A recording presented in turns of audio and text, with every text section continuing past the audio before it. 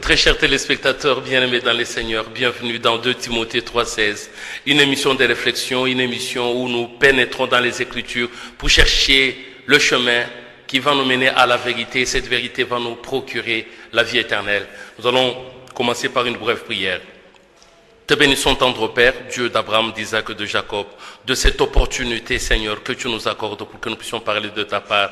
Que toi seul tu nous inspires de ta sagesse et de ton intelligence. Attire l'attention de tes enfants, qu'ils comprennent ton message. Au nom de Jésus, nous avons ainsi prié. Amen. Bien-aimés dans le Seigneur, que Dieu vous bénisse. Vous qui allez suivre cette émission ce soir, nous allons continuer avec notre sujet sur la vie éternelle. Comment avoir la vie éternelle? Bien-aimés dans le Seigneur, est-ce que quand vous allez prier, vous vous posez la question, ou bien parce qu'il y a bon nombre de personnes, il y a beaucoup de gens qui vont à l'église, ils y vont pour chercher à avoir peut-être le bien-être, à avoir une bonne santé, à avoir peut-être la promotion, à avoir de l'argent, à avoir de voyages, ainsi de suite. Est-ce que la vie éternelle vous intéresse? Parce qu'il faudrait maintenant savoir comment avoir la vie éternelle. Et c'est quoi cette vie éternelle, bien-aimée dans le Seigneur? Parce qu'on dit que Jésus est venu. Il est venu, c'était pour donner la vie. Mais comment est cette vie-là, bien-aimée dans le Seigneur? Nous allons prendre le livre de Jean, Jean chapitre 10. Et nous allons voir ce que Jésus a dit à propos, Jean chapitre 10. Commencez par le 9e verset. Jean 10, 9. Je suis la porte. Je suis la porte. Si quelqu'un entre par moi, il sera sauvé. On dit, Jésus dit, je suis la porte. Si quelqu'un entre par moi, si vous entrez par Jésus, vous serez sauvé. Oui. Il entrera et il sortira. Il entrera et il sortira. Et il trouvera des pâturages. Il va trouver du pâturage. Bien aimé dans le Seigneur, c'est qu'il y a une nourriture. Si vous êtes une brebis, il y a du pâturage que vous allez trouver. Il faudrait mais entrer par Jésus-Christ, qui est la porte. Mais, oui, allons-y. Le voleur ne vient que pour dérober, égorger et détruire. Oui. Moi, je suis venu afin que les brebis aient la vie et qu'elle l'ait en abondance. On dit, le voleur vient. Lui vient, c'est pour dérober. Il vient pour détruire. Mais moi, je suis venu pour donner la vie à mes brebis et qu'elles puissent avoir cette vie en abondance. Bien-aimés dans le Seigneur, posez-vous la question. Depuis que Jésus est là, Jésus est venu chez vous. Avez-vous reçu cette vie et la vie en abondance? Ou bien vous n'avez pas reçu déjà, vous n'avez pas encore la vie? C'est quoi cette vie qu'on reçoit? Oui, allons-y. Je suis le bon berger. Je suis le bon berger. Le bon berger donne sa vie pour ses brebis. On dit le bon berger, lui, donne sa vie pour ses brebis. Quelle est cette vie que Jésus nous donne, bien-aimés dans le Seigneur? Comment est-ce que vous allez aussi recevoir la vie éternelle? C'est quoi cette vie éternelle? Et quand est-ce que commence la vie éternelle, bien-aimés dans le Seigneur? Oui, allons-y. Mais le mercenaire n'est pas le berger. Le mercenaire qui n'est pas le berger. Et à qui n'appartient pas les brebis. À qui n'appartient pas le brebis. Voit venir le loup. Quand lui voit venir le loup, abandonne les brebis. Il va abandonner les brebis. Et prend la fuite. Il va prendre la fuite. Et le loup les ravit et les disperse. Et le loup va ravir les brebis et puis va disperser. Oui. Le mercenaire s'enfuit. Le mercenaire s'enfuit. Parce qu'il est mercenaire. Parce que lui, il est mercenaire. Et qu'il ne se point en peine des brebis. Lui n'a pas de la peine, il n'a pas le souci de brebis. Je suis le bon berger. Je suis le bon berger. Je connais mes brebis. Je connais mes brebis. Et elles me connaissent. Les brebis doivent me connaître, oui. Comme le Père me connaît. Comme le Père me connaît. Et comme je connais le Père. Et comme également je connais le Père. Et je donne ma vie pour mes brebis. Je donne ma vie pour mes brebis. J'ai encore d'autres brebis qui ne sont pas dans cette bergerie. Bien-aimés dans le Seigneur, Jésus donne la vie. Quelle est cette vie que Jésus est en train de donner? Bien-aimés dans le Seigneur. On dit que mais je connais mes brebis. Mes brebis me connaissent. Et moi aussi je connais le Père, comme je connais aussi le Père, et le Père me connaît. Bien-aimés dans le Seigneur. La question c'est de savoir, est-ce que Dieu vous connaît? Est-ce que vous connaissez Dieu? Est-ce que Dieu vous connaît aussi? Il vous reconnaît aussi comme son fils. Mais comment avoir la vie? Parce que la vie, elle est en Dieu. Cette vie que Jésus est venu nous donner, quelle est cette vie? Oui, allons-y. J'ai encore d'autres brebis qui ne sont pas de cette bergerie. J'ai encore d'autres brebis qui ne sont pas de cette bergerie. Celles-là, il faut aussi que je les amène. Je dois aussi les amener. Elles entendront ma voix, elles vont entendre ma voix. et il y aura un seul troupeau, Il y aura un seul troupeau, un seul berger. un seul berger. Le Père m'aime, Le Père m'aime parce que je donne ma vie, parce que je donne ma vie afin de la reprendre. afin de reprendre cette vie. Personne ne me l'ôte, Personne ne peut me les ravir de force, oui. mais je la donne de moi-même. Je la donne de moi-même. J'ai le pouvoir de la donner, J'ai le pouvoir de la donner. j'ai le pouvoir de la reprendre. J'ai le pouvoir de la reprendre. Quel est l'ordre que j'ai reçu de mon Père? Voilà l'ordre que j'ai reçu de mon Père. Bien-aimés dans le Seigneur, Jésus donne la vie. Mais aujourd'hui, nous avons besoin de recevoir la vie éternelle. C'est quoi cette vie? Où se trouve cette vie, bien-aimés dans le Seigneur? Parce que Jésus dit que non, il faudrait, quand il va appeler, il connaît le brebis, il appelle le brebis par leur nom. Est-ce que toi, tu as quel nom parmi les brebis? Il y a combien d'abord de brebis? Si vous êtes une brebis, avez-vous déjà reçu la vie? C'est quoi la vie que vous devrez recevoir, bien-aimés dans le Seigneur? Et comment avoir cette vie éternelle? Parce que, comme je disais ici, que non, il faudrait que vous connaissiez le Père et que le Père puisse vous reconnaître, qu'il vous connaisse aussi. Et c'est pourquoi la fois passée, nous avons dit que non, mais est-ce que, tant nous célébrons certaines fêtes, nous célébrons certaines, donc nous faisons certaines cérémonies, est-ce que c'est la vie de Dieu ou bien c'est la vie que le monde aime? Parce que le monde aime bien jouer, le monde bien fêter, festoyer, et les gens ne veulent pas d'un Dieu rigoureux, ils ne veulent pas d'un Dieu sévère, ils ne veulent pas de Dieu qui remet l'homme à sa place, qui châtie. Les gens aiment bien un Dieu relaxant, une religion où on est calme, une religion où on ne fait que fêter, on ne fait que festoyer. C'est ce que le peuple d'Israël avait fait quand ils ont fabriqué ce que nous appelons le veau d'or. Mais les veaux d'or n'avaient pas de vie, bien-aimés dans le Seigneur. Mais aujourd'hui, nous avons beaucoup parce que nous disons que non, le loup vient. Mais le loup vient pour disperser. Jésus lui vient donner la vie. Mais qui sont ces loups, bien-aimés dans le Seigneur? Commençons d'abord par voir ces loups. Jésus vient donner la vie pour ses brebis. Allons dans le livre de Actes des Apôtres, chapitre 20.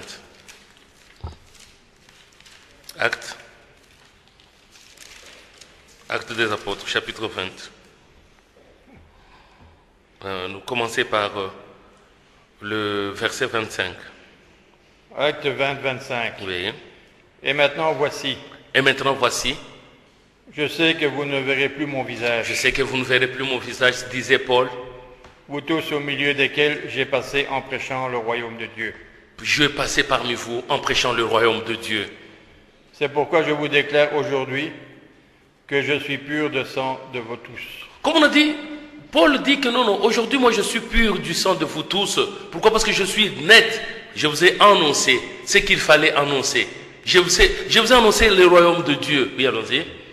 Car je vous ai annoncé tout le conseil de Dieu, Je vous ai annoncé tous les conseils de Dieu sans en rien cacher. sans rien cacher. Prenez donc garde à vous-même Prenez garde à vous-même. et à tout le troupeau sur lequel le Saint-Esprit vous a établi évêque, Bien-aimés dans le Seigneur, on dit prenez garde à vous-même.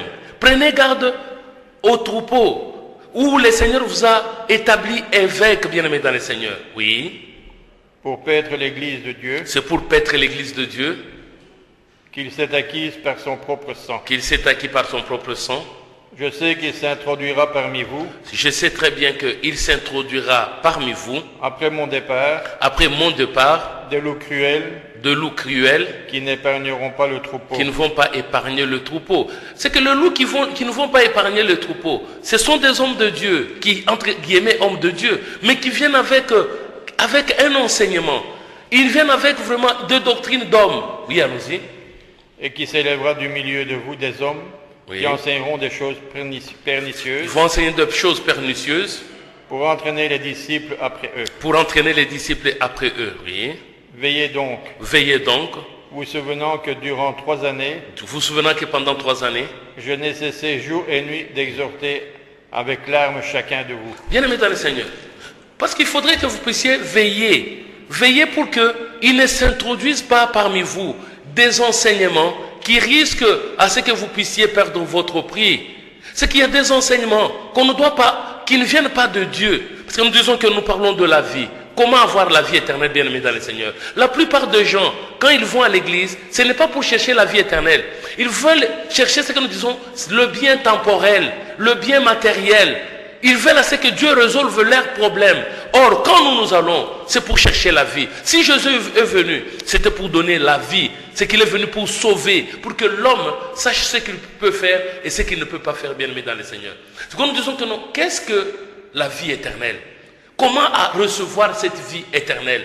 Nous avons vu qu'il y a beaucoup de gens qui ont posé cette question à Jésus à propos de la vie éternelle. Nous allons prendre l'un d'eux dans le livre même de Luc. Nous allons voir qu'il y a un qui est allé demander à Jésus, il voulait quoi? Il voulait aussi avoir la vie éternelle. Luc chapitre 10, verset 25. Luc 10, 25. Luc 10, 25. Oui. Un docteur de la loi se leva et dit à Jésus pour l'éprouver. On dit qu'il y avait un docteur de la loi qui va poser la question à Jésus pour le prouver. Maître, que dois-je faire pour hériter la vie éternelle? Que dois-je faire pour hériter la vie éternelle? Jésus lui dit, qu'est-il écrit dans la loi? Qu'est-il écrit dans la loi? Qui lis-tu? Qu'est-ce que tu y lis? Donc, bien aimé dans le Seigneur, on pose la question, on dit, qu'est-ce qu'on a écrit dans la loi? Et comment est-ce que tu y lis? Qu'est-ce que tu découvres dans la loi, bien aimé dans le Seigneur? Parce qu'il fallait que, quand vous lisez l'écriture, bien aimé dans le Seigneur, est-ce que vous savez que dans l'écriture est cachée l'inspiration? C'est que quand vous lisez l'écriture, il faudrait arriver à comprendre l'inspiration qui est dans l'écriture. L'inspiration que véhicule l'écriture, bien aimé dans le Seigneur. Parce que vous pouvez peut-être suivre une parole, au lieu d'aller à la vie, vous allez à la mort, bien aimé dans le Seigneur. Comment avoir la vie? Parce que depuis le jardin d'Éden, il y avait un arbre qu'on appelait l'arbre de la vie. Cet arbre de la vie était placé au milieu du jardin. Mais quand l'homme a mangé de l'arbre de la connaissance du bien et du mal, Dieu l'a chassé. Et on va mettre des chérubins pour protéger le chemin de l'arbre de vie, afin que l'homme ne puisse pas manger et vivre éternellement dans le péché. C'est qu'il fallait maintenant que l'homme comprenne où trouver la vie éternelle. Parce qu'aujourd'hui, beaucoup de gens, vous pouvez acheter votre Bible, vous pouvez acheter autant de Bibles que vous voulez. Beaucoup de Bibles, vous pouvez les avoir, bien aimés dans le Seigneur. Ce n'est pas que vous avez reçu la parole de Dieu, ce n'est pas que vous allez entrer dans le royaume céleste. C'est pourquoi vous allez voir que beaucoup de gens lisent les Écritures. Mais quand vous lisez les Écritures, est-ce que vous voyez l'inspiration qui est cachée là-dedans? Oui, on va y revenir après. Alors un peu dans Jean chapitre 5, 39, 40. 39 à 40. Jean 5, 39, 40. Oui. Vous sondez les Écritures. Vous sondez les Écritures. Parce que vous pensez avoir en elle la vie éternelle. Ah d'accord, c'est que le peuple est en train de sonder. Donc beaucoup de gens, les gens peuvent acheter des Bibles, ils achètent des dictionnaires bibliques, ils achètent de toutes les traductions de Bible. En lisant, ils essaient de faire la concordance. Bien aimé dans le Seigneur. On dit que vous sondez les Écritures. Parce que vous pensez avoir en elles la vie éternelle. Oui. Ce sont elles qui rendent témoignage de moi. On dit que les Écritures ne font que rendre témoignage de Jésus-Christ. Oui. Et vous ne voulez pas venir à moi pour avoir la vie. Ah d'accord, c'est que pour avoir la vie éternelle, bien-aimé du Seigneur, il faut aller à Jésus. Mais où se trouve Jésus? Parce qu'on dit, vous sondez les Écritures pour chercher la vie éternelle. Mais ces Écritures ne font que rendre témoignage de Jésus. Vous ne voulez pas venir à moi, vous ne voulez pas venir vers Jésus. Allez vers Jésus pour recevoir la vie. Bien-aimé dans le Seigneur, c'est que la vie n'est pas en sondant les Écritures. Mais la vie, c'est du moment où l'homme arrive à aller vers Jésus. Mais comment est-ce qu'on peut aller vers Jésus? Comme nous avons dit que non, la vie, où se trouve la vie éternelle? Et c'est quoi cette vie éternelle? Jésus donne la vie. Mais il donne la vie à qui? À ceux qui lui appartiennent, à ceux qui sont dans sa bergerie, bien-aimés dans le Seigneur. Comment est-ce que vous allez recevoir cette vie? Nous allons voir que non, il faudrait que vous soyez dans la bergerie. Il faudrait que vous soyez dans la maison où se trouve Jésus. Et là, vous pouvez maintenant recevoir la vie. C'est ce qu'un jour, même certains disciples, quand Jean-Baptiste a pointé Jésus du doigt, ils ont dit, voici l'agneau de Dieu qui ôte les péchés du monde. Ces disciples ont suivi Jésus. Ils ont posé la question, Rabbi, où demeures-tu? Il leur a dit, venez et voyez. Ils ont suivi Jésus. C'est que la vie éternelle ne se trouve pas quand on sonde, mais il faut aller vers Jésus. Mais comment aller vers Jésus, bien-aimé dans le Seigneur? Est-ce que toute parole que nous suivons, est-ce que c'est ça Jésus-Christ? Parce que lui-même a dit, nous avons deux chemins. Nous avons le chemin resserré et nous avons le chemin qui est large, bien-aimé dans le Seigneur. Et les deux chemins viennent à partir de deux portes. Si lui est la porte, il est la porte de brebis. Sachez bien qu'il y a encore une autre porte, mais qui mène où? Jean, Luc d'abord. Allons d'abord, Matthieu plutôt. Matthieu chapitre 7, nous dit quoi? «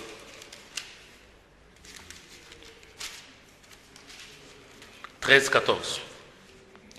Matthieu 16, 13, 14. Oui. Entrez par la porte étroite, Entrez par la porte étroite, car large est la porte spacieuse. Car large est la porte, large est la porte.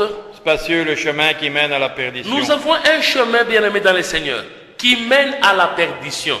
Si tu ne fais pas attention, tu vas te retrouver sur un chemin qui est spacieux. La porte, elle est large. Cette porte-là mène à un chemin spacieux, un boulevard, bien-aimé dans le Seigneur. Mais ça mène à la perdition. Oui, reprenez. Oui. Entrez par la porte étroite, Entrez par la porte étroite, car large est la porte, large est la porte. spacieux le chemin qui mène à la perdition. On dit spacieux est le chemin qui mène à la perdition. Et il y en a beaucoup qui entrent par là. Il y en a beaucoup qui entrent par là. Mais étroite est la porte, Nous avons une porte qui est tellement étroite. resserrez le chemin qui mène à la vie. Il y a un chemin qui est resserré, mais ce chemin mène à la vie. Et il y en a peu qui les trouvent. Il y en a peu seulement qui le trouvent. C'est que le chemin qui mène à la vie, bien-aimé dans le Seigneur, c'est un chemin resserré. Il y a une porte qui est étroite. C'est pourquoi Jésus a dit, entrez par moi, entrez par Jésus-Christ, entrez par la porte resserrée, et vous allez trouver du pâturage. Mais comment être dans la maison, bien-aimé dans le Seigneur? Vous êtes dans quel chemin? Le chemin qui mène à la perdition ou le chemin qui mène à la vie? Parce qu'il y en a deux. C'est que pour recevoir la vie éternelle, il faudrait se retrouver dans le chemin qui est resserré. Il faudrait se retrouver dans la porte, c'est que tu entres par la porte étroite. Quand nous lisons la Bible, bien-aimé dans le Seigneur, il fallait maintenant te poser la question. En lisant la Bible, je suis dans la porte étroite, je suis sur le chemin resserré, ou je suis en dehors de ce chemin. Parce qu'un jour, Jésus a donné des paraboles. En donnant les paraboles, il a dit, c'est ceux qui sont dans la maison, ceux qui appartiennent à Jésus, qui sont capables de comprendre les paraboles, qui sont capables d'entendre, de saisir le sens, bien-aimé dans le Seigneur. C'est que quand nous lisons la Bible, il faudrait savoir, celui qui est dans le chemin resserré, il est comment? Celui qui est dans le chemin qui est vraiment spacieux, il est comment? Prenons un exemple. Nous avons fêté, il y a beaucoup de gens qui ont fêté, sans se poser des questions. Nous avons fêté pourquoi? Il y a des gens qui ont dit la résurrection de Jésus-Christ. C'est bien beau de le dire. Est-ce que, quand Jésus ressuscite, est-ce que vous êtes aussi ressuscité? Qu'est-ce qui va ressusciter en vous? Parce que quand celui qui est ressuscité, nous allons voir un renouveau de vie. Mais regardez maintenant, celui qui est dans le chemin spacieux, il est comment? Celui qui est dans le chemin resserré, il est comment? Parce que pour avoir la vie, il faut se retrouver dans le chemin étroit. Les deux chemins sont deux ministères bien-aimés dans le Seigneur. C'est que quand vous lisez la Bible, on peut nous parler par exemple du pain. On dit nous devons célébrer ce que nous appelons la Sainte Seine. Comment peut réagir celui qui est dans le chemin spacieux? Comment peut réagir celui qui est dans le chemin resserré? Comme on a dit, Jésus a dit, faites ceci en mémoire de moi. Il prit le pain. Aujourd'hui, vous allez voir que les gens vont aussi prendre le pain. Comme c'était un pain sans levain, ils vont prendre le pain sans y mettre la levure. Et ils vont distribuer aux gens en disant que non, voici le corps de Christ. Mais ce corps-là, ça va entrer dans le ventre, bien-aimé dans le Seigneur. Or, nous avons besoin du pain qui doit entrer dans l'esprit de l'homme. C'est que celui qui est dans le chemin large, qui est dans le chemin spacieux, c'est celui-là qui écoute la parole, il comprend la Bible littéralement parlant. On dit vêtement blanc, il voit un vêtement blanc. On dit l'huile d'onction, il va prendre de l'huile d'olive. On dit voilà, il faut offrir, il donne de l'argent. Vous comprenez que non, cet homme-là, il est dans le chemin qui est tellement large. Maintenant, nous voudrions bien que tu sois dans les chemins resserrés. Oui, allons dans le livre de 2 Corinthiens. 2 Corinthiens.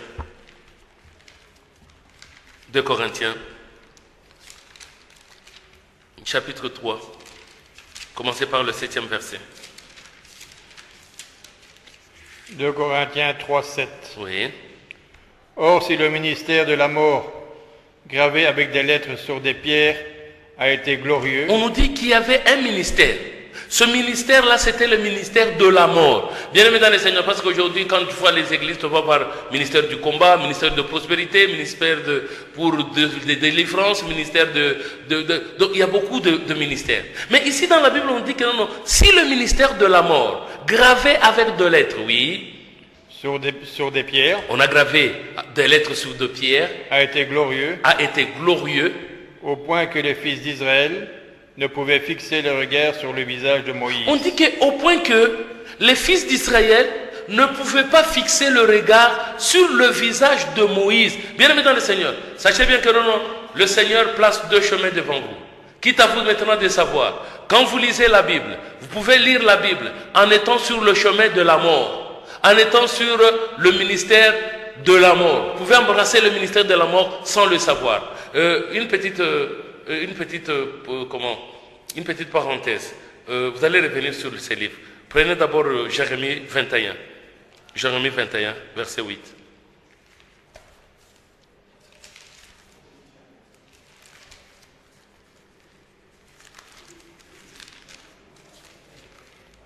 Jérémie 21, 8. Oui. Tu diras à ce peuple. Tu diras à ce peuple. Ainsi parle l'Éternel. Ainsi parle l'Éternel. Voici, je mets devant vous le chemin de la vie et le chemin de la mort. Je mets devant vous le chemin de la vie et le chemin de la mort. C'est que le chemin de la vie, le chemin de la mort, mais c'est Dieu qui les place. Mais Dieu voudrait c'est que toi, tu puisses choisir le chemin de la vie, bien-aimé dans le Seigneur. C'est que quand vous lisez la Bible, vous devrez savoir que non, vous pouvez lire la Bible en étant dans le chemin de la mort. Vous pouvez aussi lire la Bible en étant sur le chemin de la vie pour avoir la vie éternelle. C'est comme nous disons ceci. Toute parole qui est prêchée ne peut pas donner la vie.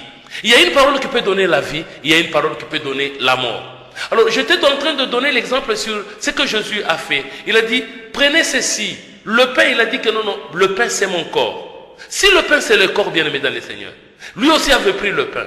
Le pain maintenant que vous rompez aujourd'hui, c'est de quel genre, bien-aimé dans le Seigneur? Parce que le peuple va prendre un pain. Aujourd'hui, nous allons découvrir comment être dans le chemin de la vie, comment être dans le chemin de la mort. Celui qui est dans le chemin de la vie, à propos du pain, comment est-ce qu'il va réagir? Si on dit, Jésus a dit, faites ceci en mémoire de moi, pour que tu te souviennes de Jésus. Si Jésus est la parole de Dieu, pour te souvenir de Jésus, qu'est-ce qu'il faut faire? Il faut manger un petit morceau de pain? Il faut boire un peu de vin? Et puis tu te souviens de Jésus? Non, bien-aimé dans le Seigneur. Ce qu'il faudrait comprendre, c'est que non, nous avons le ministère de la mort. C'est qu'en suivant ce ministère, votre fin, ça sera la perdition. Votre fin, ça sera la mort éternelle. Ça sera le jugement. Oui, allons-y. Oui, on est toujours dans 1 Corinthiens, et 2 Corinthiens plutôt.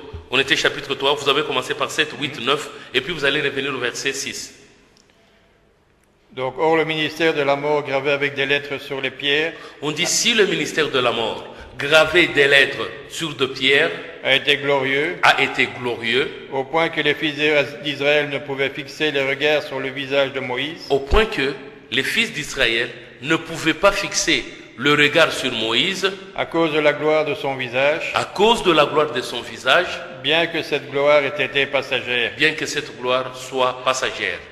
Combien le ministère de l'Esprit? Combien le ministère de l'Esprit? Ah d'accord, c'est que nous comprenons une chose. Moïse qui est descendu de la montagne est descendu avec des tablettes de pierre. Mais on nous dit que non, ce que lui a apporté, c'était le ministère de la mort, bien-aimé dans le Seigneur. Je ne sais pas si vous saisissez le message. On dit, c'est ce qui fait que son visage rayonnait. Les enfants d'Israël ne pouvaient même pas fixer le regard sur le visage de Moïse. Bien que la gloire, cette gloire de son visage était une gloire passagère. Oui, allons-y. Combien le ministère de l'Esprit? Combien le ministère de l'Esprit ne sera-t-il pas plus glorieux? Ah d'accord, c'est que nous avons deux ministères. Nous avons le ministère de la lettre, nous avons aussi le ministère de l'Esprit. Bien-aimé dans le Seigneur, comment savoir que je suis dans le ministère de l'Esprit? C'est que nous avons le ministère de la mort. C'est gravé les lettres sur de pierre. Quand on dit pain, tout le monde ici, je sais bien que non, même ceux qui nous suivent à la régie, même ceux qui sont dans ta maison, quand on dit le pain, ils savent déjà bien que c'est le pain qu'on mange chaque matin. Et spécialement pour la circonstance, ce pain-là est sans levure. Mais, bien aimé dans le Seigneur, le pain de Dieu, quand Dieu vous parle de pain, c'est son langage à lui. Ce n'est pas un langage d'homme. Et il dit, mes pensées ne sont pas vos pensées. Mes voix ne sont pas vos voix. Si les voix de Dieu diffèrent de voix des hommes, quand Dieu va parler du pain, tu vas prendre quel genre de pain? Quand on va vous dire de ne pas mettre la levure dans ce pain, qu'est-ce que tu vas faire? Quand on vous dira prenez du vin, vous allez prendre quel genre de vin, bien-aimé dans le Seigneur? Parce que c'est la cérémonie qui est passée il y a quelques jours. C'est que nous devons savoir que non, nous avons le ministère de l'Esprit et nous avons le ministère de la chair. Revenons au verset 6. Oui. 2 Corinthiens 3, 6, oui. Il nous a aussi rendus capables d'être ministres d'une nouvelle alliance. Il nous a aussi rendus capables d'être ministres d'une nouvelle alliance. Non de la lettre. Non de la lettre. Mais de l'esprit. Mais de l'esprit. Car la lettre tue. Ce qui tue, c'est la lettre. Mais l'esprit vivifie. C'est l'esprit qui donne la vie. Bien-aimés dans le Seigneur, comme nous disons que notre sujet c'est la vie éternelle. Comment est-ce que l'homme peut avoir la vie éternelle? C'est que pour avoir la vie éternelle, il faudrait que vous suivez une parole, mais que ce soit la parole de vie. Parce que si ce n'est pas la parole de vie, c'est parce que nous allons bien comprendre. Aujourd'hui, comme nous avons dit que non, Dieu nous demande de prendre un pain. Vous allez prendre lequel? Si vous allez à la boulangerie, on vous fabrique un pain, sans y mettre la levure, nous comprenons déjà que non, vous êtes sur le chemin large. C'est que vous comprenez comme le commun de monde, vous comprenez comme n'importe qui. Celui qui est maintenant sur le chemin resserré, comment est-ce qu'il va comprendre les réalités de l'esprit? 1 Corinthiens, chapitre 2. 2 Corinthiens, chapitre 2. Oui. Vous allez commencer par le verset 9 jusqu'à 14 et puis vous allez revenir au verset 4, 5. 1 Corinthiens 2, 9. Oui. Comme il est écrit. Comme il est écrit. Ce sont des choses que l'œil n'a point vues. Ce sont des choses que l'œil n'a point vues. Bien-aimés dans le Seigneur, on vous parle du pain. Mais ça doit être un pain que l'œil n'a jamais vu. Toi, avant de prier, tu connaissais le pain. Maintenant que tu as commencé à prier, tu ne connais pas, c'est le même pain. Mais cette fois-ci, il n'y a pas de levure. Non, bien-aimés dans le Seigneur. On dit que c'est ce que l'œil n'a jamais vu. Oui. Et que l'oreille n'a point entendu. Ce que l'oreille n'a jamais entendu. Et qui ne sont point montés au cœur de l'homme. Qui ne sont point montés au cœur de l'homme. Des choses que Dieu a préparées pour ceux qui l'aiment. Ce sont des choses que Dieu a préparées pour ceux-là qui aiment Dieu. Bien-aimés dans le Seigneur, est-ce que vous aimez Dieu? Celui qui aime Dieu, Dieu il est esprit. Et comment l'aimer, bien-aimé dans le Seigneur? Comment l'adorer, bien-aimé? Parce qu'il a une préférence de certains adorateurs. Oui, allons-y. Dieu nous les a révélés par l'esprit. Ah, d'accord. Dieu nous les a révélés par l'esprit. Oui. Car l'esprit sonde tout. On dit l'esprit sonde tout. Même les profondeurs de Même Dieu. les profondeurs de Dieu. Qui donc parmi les hommes connaît les choses de l'homme? Qui donc parmi les hommes connaît les choses de l'homme? Si ce n'est l'esprit de l'homme. Si ce n'est l'esprit de l'homme. Qui est en lui. Qui est en lui. C'est que pour connaître les choses des hommes, on doit avoir l'esprit de l'homme en soi. C'est avec l'esprit de l'homme que nous pouvons comprendre les choses des hommes. Oui, allons-y. De même, personne ne connaît les choses de Dieu. Personne non plus ne connaît les choses de Dieu. Si ce n'est l'esprit de Dieu. Si ce n'est l'esprit de Dieu. Mais pose-toi la question, bien-aimé dans le Seigneur. Tu as reçu l'esprit de Dieu ou bien tu as reçu l'esprit du monde? C'est la question qu'il faut se poser. Quand Dieu parle, c'est lui qui le comprend selon la pensée. C'est lui qui comprend la parole de Dieu selon la pensée de Dieu, selon l'inspiration de Dieu. Voilà, c'est lui-là qui aime Dieu. Mais regardez-vous, vous avez quel esprit? Oui. Or nous n'avons pas reçu l'esprit du monde. Nous n'avons pas reçu l'esprit du monde. Mais l'esprit qui vient de Dieu. L'esprit qui vient de Dieu. Afin que nous connaissions les choses de Dieu, que Dieu. C'est pour que nous puissions connaître les choses que Dieu nous a données par sa grâce. La Bible ici, bien-aimé dans le Seigneur, ce n'est pas un roman policier, bien-aimé dans le Seigneur. Ce n'est pas non plus un livre d'histoire. Encore moins peut-être une bande dessinée, non. Nous devons comprendre que non, il y a la pensée de Dieu qui véhicule chaque écriture, bien-aimée dans le Seigneur. Et vous êtes appelés à faire un effort pour chercher la vie. Parce qu'aujourd'hui, les églises, ce sont des ONG, ce sont des mouvements pour aller chercher ceci, cela. Non, bien-aimé dans le Seigneur, fais un effort pour chercher maintenant. Il est grand temps de chercher maintenant la vie éternelle. C'est pourquoi on dit que non. Nous n'avons pas reçu l'esprit du monde, mais on doit recevoir l'esprit qui vient de Dieu. The spirit comes from God. On doit pas chercher. Donc cet esprit qui vient de Dieu, oui, allons-y. Oh, nous en parlons non avec des discours qu'enseigne la sagesse humaine. Nous en parlons non avec des discours qu'enseigne la sagesse humaine. Mais avec ceux qu'enseigne l'esprit. Avec ceux qu'enseigne l'esprit. Employant un langage spirituel pour les choses On spirituelles. doit employer un langage spirituel pour des choses spirituelles. Mais bien aimé dans le Seigneur, on dit que nous allons célébrer la Sainte Seine. Vous prenez un morceau de pain. Ce pain-là, il est spirituel ou bien il est matériel, bien aimé dans le Seigneur? Parce qu'aujourd'hui, nous sommes là pour montrer que non, ceux qui sont dans le boulevard, ceux qui sont dans le chemin spacieux, eux comprennent les choses littéralement parlant. On dit pain, lui voit pain. Or, on a dit, vous sondez les Écritures, parce que vous pensez avoir en elle la vie éternelle. Les Écritures ne font que témoigner de Jésus. Mais il faudrait maintenant venir vers Jésus pour avoir la vie. Quand Jésus a dit, prenez le pain, c'est quel pain qu'il faudrait prendre, bien aimé dans le Seigneur? C'est que si aujourd'hui, jusqu'aujourd'hui, vous allez faire fabriquer un pain sans y mettre la levure, comprenez déjà que non, vous n'avez rien pigé, vous n'avez pas saisi la pensée de Dieu. Nous allons un peu prendre maintenant cet exemple-là, dans le cas d'espèces en ce qui concerne le pain de la Sainte Seine. Nous allons prendre les livres de Matthieu.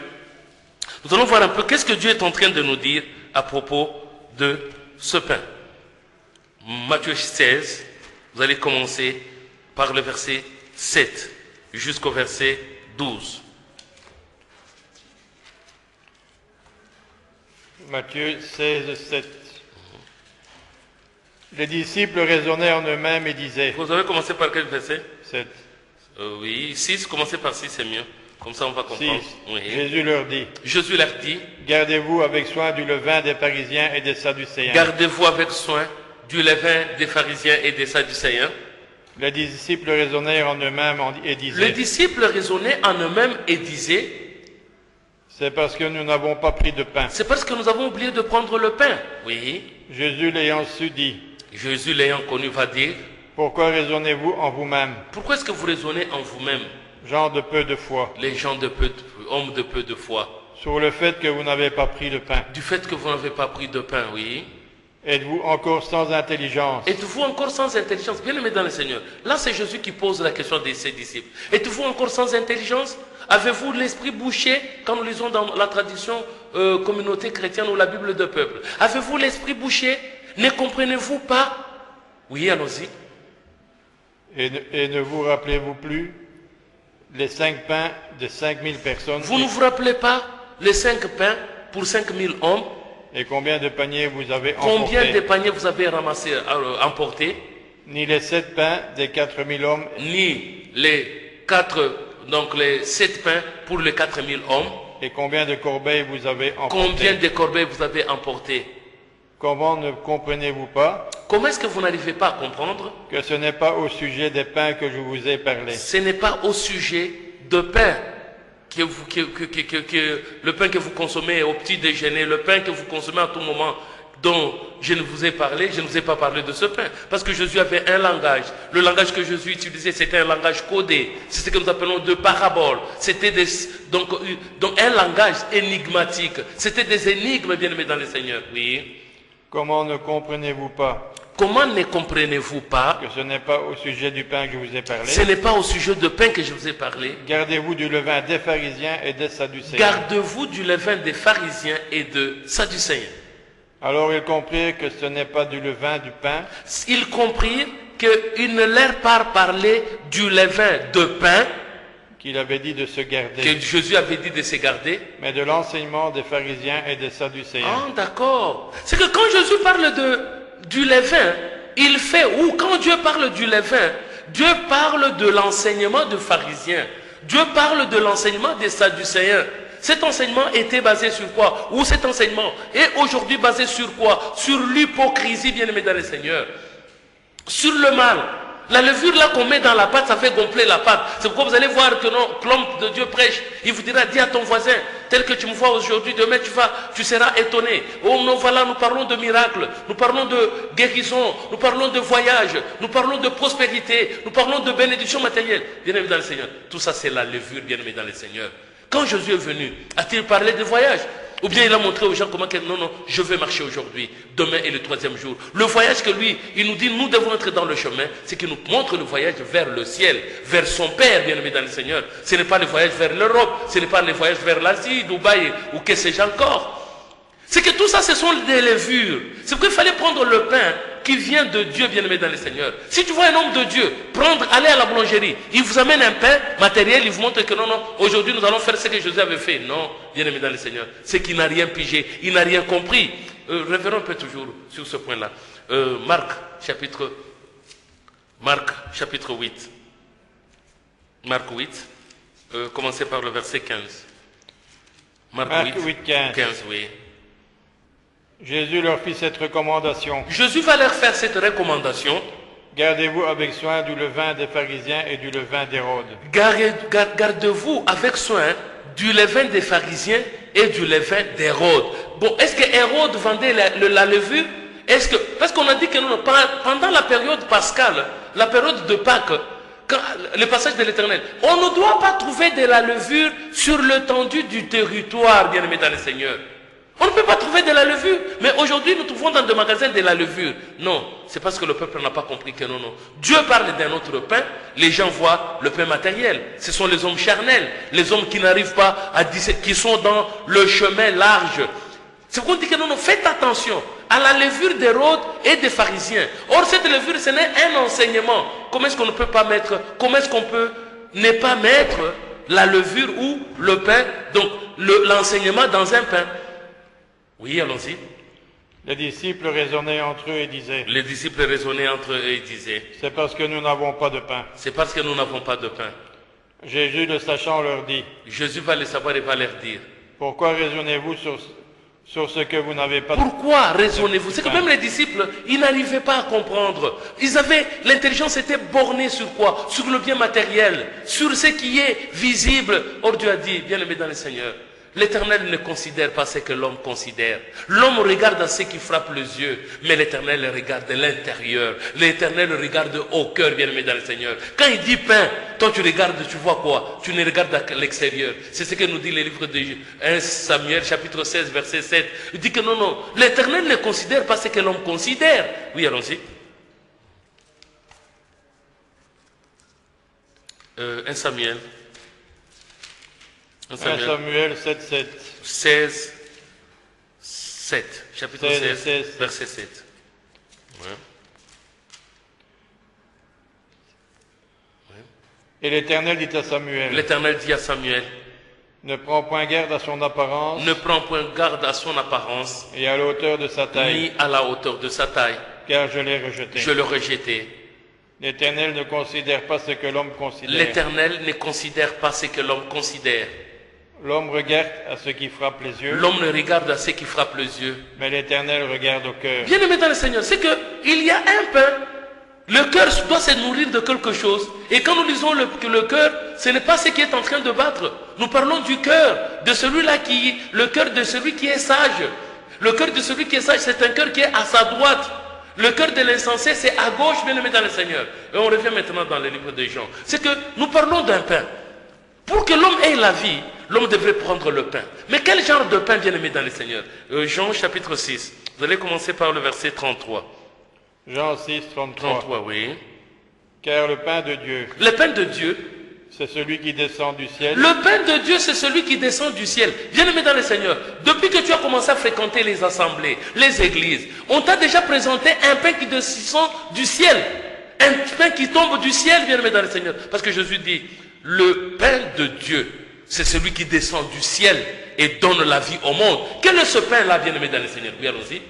Et qui donne la vie au monde. On dit, ce pain-là donne la vie au monde, bien aimé dans le Seigneur. Oui. Ils lui dirent, Ils lui dirent, Seigneur, donne-nous toujours ce pain. donne-nous toujours de ce pain.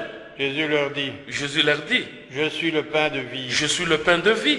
Celui qui vient à moi n'aura jamais faim. Bien aimé dans le Seigneur, c'est qu'il fallait aller vers Jésus. Il fallait manger le pain de vie, bien aimé dans le Seigneur, pour que vous puissiez avoir la vie éternelle. Vous mangez quel genre de pain?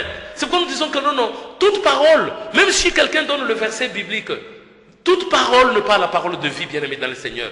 Il faudrait maintenant chercher la vie qui est dans la parole. Comme nous avons dit que non, on a parlé de la levure. La levure, c'est l'enseignement.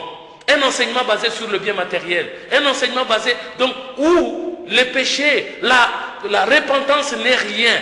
On ne parle que de ce que l'homme doit bénéficier. Voilà, Jésus est ressuscité, vous allez voir, il y aura des signes dans votre vie. Cette année 2018, vous aurez, les promesses de Dieu vont se réaliser. Vous verrez, bien-aimés dans le Seigneur, vous allez vous marier, vous aurez des enfants. Est-ce que c'est ça le message de Dieu? Non. On dit, le pain de Dieu donne la vie. C'est quoi cette vie, bien-aimés dans le Seigneur? Cette vie qui vient de la parole de Dieu, c'est quoi la vie?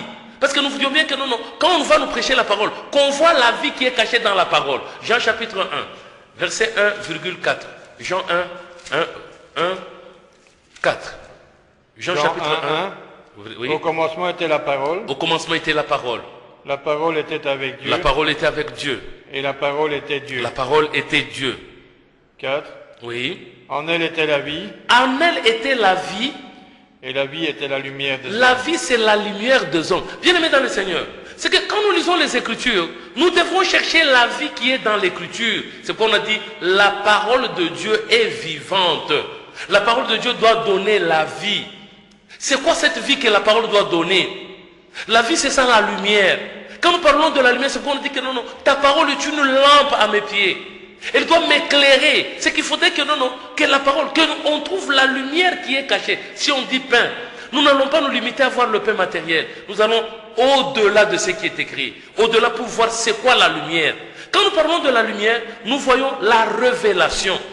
C'est ça la lumière, bien-aimé dans les Seigneurs. Or, quand la révélation arrive chez l'homme, c'est pour que l'homme ait la vie. Avoir la vie, c'est renoncer au mal. Cesser de pécher. Parce que on était mort à cause de péché. On était mort parce qu'on était dans le passion. On était mort parce que nous étions dans les plaisirs du monde. On était dans le péché. C'est qu'on a dit que non. Nous étions morts par nos offenses et nos péchés. Mais quand Christ arrive, c'est pour nous donner la vie. Il doit nous éclairer. Il doit nous donner la révélation. En ayant la révélation, en ayant la véritable parole de Dieu, nous allons renoncer au mal. Nous allons terminer par la dernière écriture. Comme on disait qu'il fallait manger le pain qui descend du ciel. Il fallait manger le pain de Dieu. On termine avec la Pâque, la fête de Pâques. On est dans 1 Corinthiens chapitre 5 et puis on termine par là. 1 Corinthiens chapitre 5. Vous allez commencer par le verset 6 jusqu'au verset 8 pour conclure. 1 Corinthiens 5. Ici, c'est donner un exemple. Le pain que vous devrez commencer maintenant à manger, bien-aimés dans le Seigneur. Oui, allons-y. Qu'un tel homme soit livré à Satan. Non, nous sommes dans 1 Corinthiens, chapitre 5. Oui. Vous commencez par le 6e verset. 6. Oui. C'est bien à tort que vous vous glorifiez. On dit, c'est bien à tort que les hommes se glorifient. Ne savez-vous pas qu'un peu de levain fait lever toute la pâte? Ne savez-vous pas qu'un peu de levain fait lever la pâte, bien-aimés dans le Seigneur? L'enseignement de Dieu, on prépare ça pour venir flatter le peuple? Non. L'enseignement de Dieu ne vient pas flatter l'homme. L'enseignement de Dieu ne vient pas pour que les gens soient dans les divertissements. Non. La parole de Dieu vient, elle vient avec une discipline, elle vient avec 2 commandements pour que l'homme, si vous marchez dans les commandements, vous êtes béni. Si vous ne marchez pas dans les commandements de Dieu, vous êtes dans la malédiction. Oui, allons-y. Faites disparaître le vieux levain. Faites disparaître le vieux levain. Afin que vous soyez une pâte nouvelle. Bien-aimés dans le Seigneur, sachez bien que non, regardez-vous. En vous, il y a quel genre d'enseignement? Nous sommes en train de terminer, c'est le dernier verset. On dit que non, en vous, il y a quel genre d'enseignement? Parce qu'on dit que non, faites disparaître le vieux levain pour que vous soyez une pâte nouvelle. Bien-aimés dans le Seigneur, vous êtes appelés à devenir une pâte. C'est que le levain n'est pas ce qui est matériel, mais c'est quelque chose de l'esprit qui est dans l'homme. C'est un enseignement d'homme, où on vous dirait il faut jeûner, c'est s'abstenir de manger, il faut offrir, c'est donner de l'argent. Non, bien-aimés dans le Seigneur. Il faut s'aimer, on doit s'aimer. Non, qui doit s'aimer? Donc tout ça, nous devrons comprendre dans l'Évangile. Oui. Puisque vous êtes sans levain. Puisque vous êtes sans levain. Car Christ, notre Pâque, a été immolé. Célébrons donc la fête. Célébrons donc la fête. Non avec du vieux levain. Non avec le vieux levain. Non avec un levain de malice et de méchanceté. Non avec un levain de malice et de méchanceté. Mais avec les pains sans levain. Avec un pain sans levure. De la pureté. Le pain de la pureté et de la vérité. Bien-aimés dans le Seigneur, c'est que nous avons besoin d'une parole pure. Nous avons besoin d'une parole de vérité. La vérité vient pour sanctifier l'homme.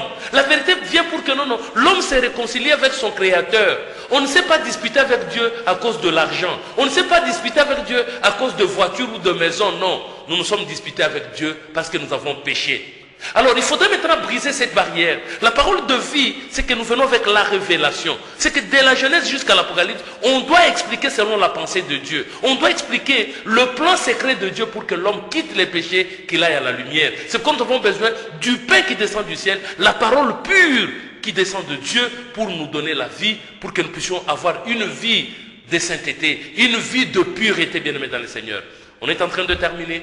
On est de l'Église universelle de Jésus-Christ. Cette émission vous a été présentée en compagnie, donc c'est l'apôtre Patrick Ngoudia et l'évangéliste Jean de Greff qui vous présentent cette émission. Nous sommes de l'Église universelle de Jésus-Christ et nous nous réunissons à la station francophone, donc 2 Timothée 3,16. Chaque mardi, vendredi à 18h, nous sommes sur avenue du Commerce numéro 3.